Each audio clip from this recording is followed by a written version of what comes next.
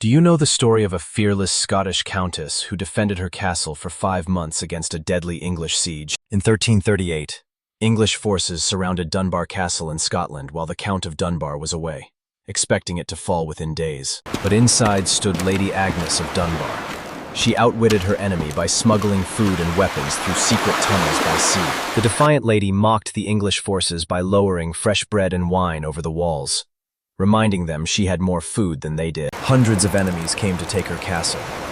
None expected to be humiliated by a lady with a sharper mind than their swords. Do you know the story of a fearless noblewoman who became the most feared pirate in medieval France to avenge her husband? After her husband was betrayed and executed without trial by the French king, Jeanne de Clisson vowed revenge with fire and steel. She sold all her lands, built a fleet of black ships, and attacked French vessels, especially those carrying nobles and royal officials. Aboard her flagship, My Revenge, Jeanne showed no mercy, executing every French aristocrat she captured. People called her the Lioness of Brittany, and for years she ruled the seas with her black fleet, vengeance trailing in her wake. Do you know the story of a medieval lady who became England's first female sheriff and defended her castle during one of the most dangerous political crises? When England fell into civil war in the 13th century, the king made Nicolas de la Haye Sheriff of Lincolnshire, trusting the royalists to defend the throne. An army led by rebel barons and a French prince besieged Lincoln with hundreds of men,